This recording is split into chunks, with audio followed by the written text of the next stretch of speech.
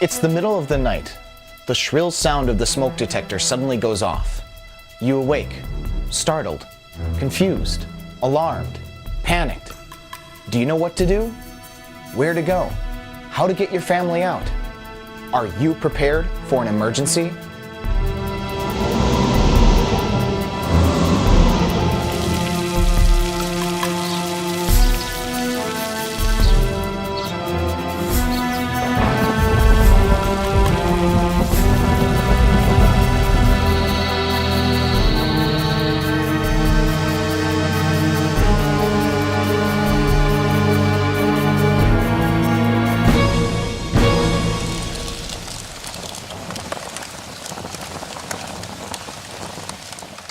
Each year, more than 4,000 people die and another 25,000 are injured in fires.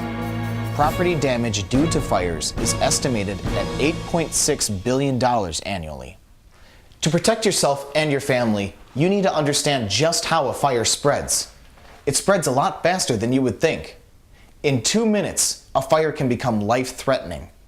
And in 5 minutes, a residence can be engulfed in flames.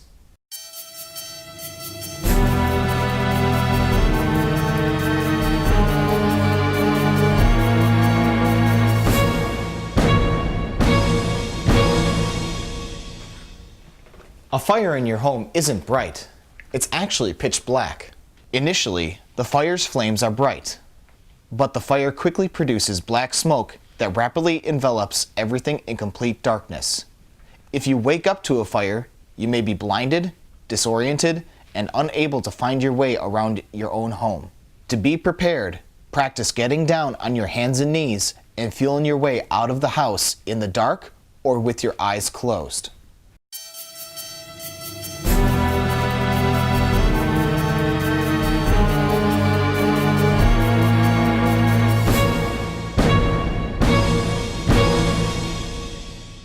The heat and smoke produced by fire are more dangerous to you than the flames.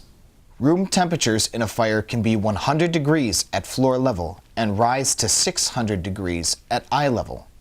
The extremely hot air can sear your lungs, while poisonous gases produced by the fire can disorient you and make you drowsy and lead to unconsciousness. Asphyxiation is the leading cause of fire deaths. That's why, if confronted with a fire in your home, there's no time to gather valuables or make phone calls. There's just enough time to get you and your family to safety. And once you're out of the house, stay out. Running back in to retrieve something or someone poses a bigger threat, as the fire will have spread further and the smoke thicker. Leave this to the professional firefighters who are trained and equipped to handle this. Now, let's talk about how to better prepare your home and your family. In the case of a fire, remember that every second counts, and you and your family must be prepared. First and foremost, install working smoke detectors. You will need to place smoke alarms on every level of your home. Outside bedrooms, at the top of the stairs, and near, but not in, the kitchen. Test and clean smoke detectors every month, and replace the batteries once a year. It's also recommended to replace the actual smoke detector every 10 years. It's a good idea to draw a floor plan of your home with an escape route marked. Put a copy of the drawing in your children's rooms and make sure that they understand the drawings. Try to find 2 ways to get out of each room. If the primary way is blocked by fire or smoke, you will need a second way out, such as a window, and a collapsed ladder is a good way to escape from an upper story windows. Make sure that windows are not stuck, screens can be taken out quickly, and that security bars can be properly opened. Make sure everyone in the family understands how to get out using both escape routes and practice these plans often. If you need assisted devices to move, like a walker or a wheelchair, make sure you sleep on the first floor, are able to get out through the doorways or windows, and have clear pathways to the exits. When escaping from a fire, teach family members to stay low to the floor, and before opening a door, feel the doorknob and door. If either is hot, or if there's smoke blocking the door, leave the door closed and use the second way out. If you open a door, open it slowly. Be ready to shut it quickly if heavy smoke or fire is present. Once outside, have a designated meeting place, like a neighbor's tree or by a streetlight, so everyone in your home can be accounted for. If you can't get out, close the door and cover any vents and cracks around the door with cloth or tape to keep the smoke out. Then call 911. Tell the emergency operator where you are and signal for help at the window with a light-colored cloth or a flashlight. If you can't get to someone needing assistance, leave the home and call 911 and tell the emergency operator where that person is located. If your clothes catch fire, remember to stop, drop, and roll. Stop immediately, drop to the ground covering your face with your hands, and roll until the fire is out. If you or someone else cannot stop, drop, and roll, then smother the flames with a blanket or a towel. If pets are trapped inside your home, tell firefighters right away. Do not go back inside for your pets. Many times, pets will find their own ways out of the home. The goal is to get you and your family out quickly and safe. Now, what else can you do to be prepared if that smoke alarm goes off in the middle of the night? Ready Wisconsin and FEMA recommend having a grab-and-go kit ready and nearby so you can quickly take it with you. This kit is a collection of documents, credit cards, money, and other essential information that you will need after a fire. For more protection, place the kit into plastic bags or some other waterproof container and place it along your escape route.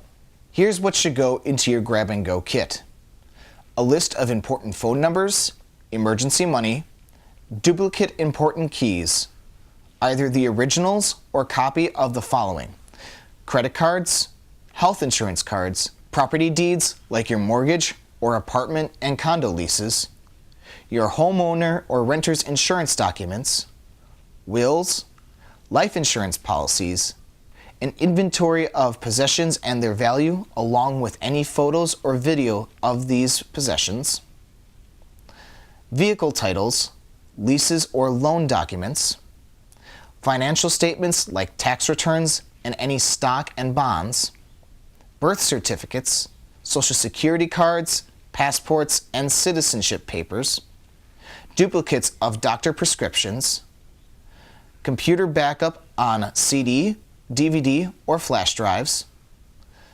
medical education and military service records, employment contracts, recent bills like utility and credit cards, government financial assistance letters, and any records for your pets.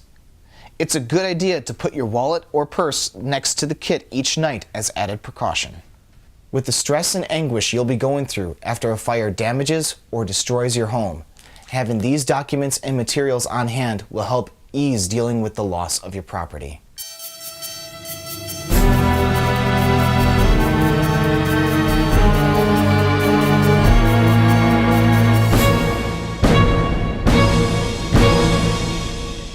Most home fires occur in the kitchen while someone is cooking and is the leading cause of fire-related injuries. So stay in the kitchen if you are frying, boiling, or broiling food. If you leave the kitchen for even a short period of time, turn off the stove. When cooking, wear short, close-fitting, or tightly rolled sleeves. Do not cook if you are sleepy, have been drinking alcohol, or have taken medication that makes you drowsy. Enforce a kid-free zone of 3 feet around the stove, deep fryers, and outdoor barbecue grill.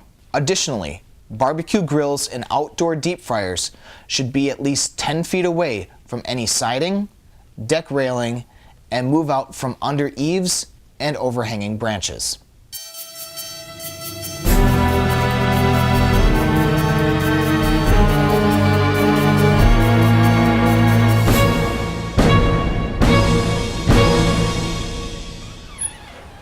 If you smoke, smoke outside. Most fires started by smoke-related materials happen inside the home. Make sure to put out your cigarettes in a can filled with sand, and make sure that the cigarette and ashes are out completely. It's a good idea to soak cigarette butts and ashes in water before throwing them away. Never toss hot cigarette butts or ashes into a trash can. Never smoke in a home where oxygen is used. even if it's turned off. Oxygen can be explosive and make fires burn hotter and faster. Always store matches and lighters high up away from children, and never smoke in bed, especially when drowsy or on medication. If you use space heaters, make sure that they are 3 feet away from any flammable materials, like curtains or furniture, and clean up any newspapers or magazines from around them. Never use the range or oven to heat your home. If you use a fireplace, always keep a screen in front of it to keep embers from landing on carpets or furniture, and chimneys should be cleaned regularly. You should remove any outside branches from hanging above or around the chimney. Furnaces and boilers should also be cleaned and inspected annually to ensure they're functioning properly.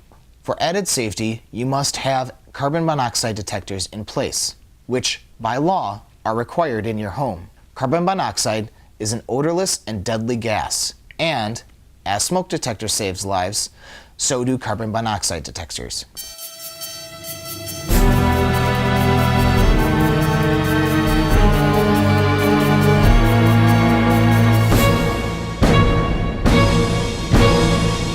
It's also a good idea to have your home's entire electrical wiring inspected, especially in older homes. When using extension cords, make sure that they don't have exposed wires or frayed ends. And don't overload outlets with extension cords. For added safety, the cord should never run under rugs, over nails, or across high traffic areas in your home.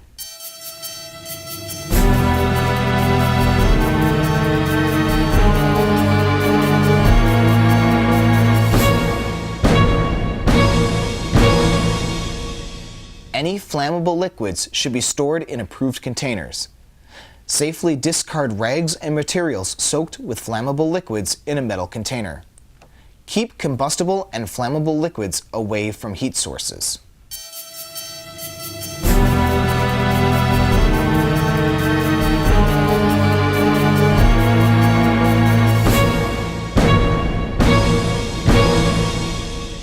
Clean out pathways to exits and cluttered storage areas.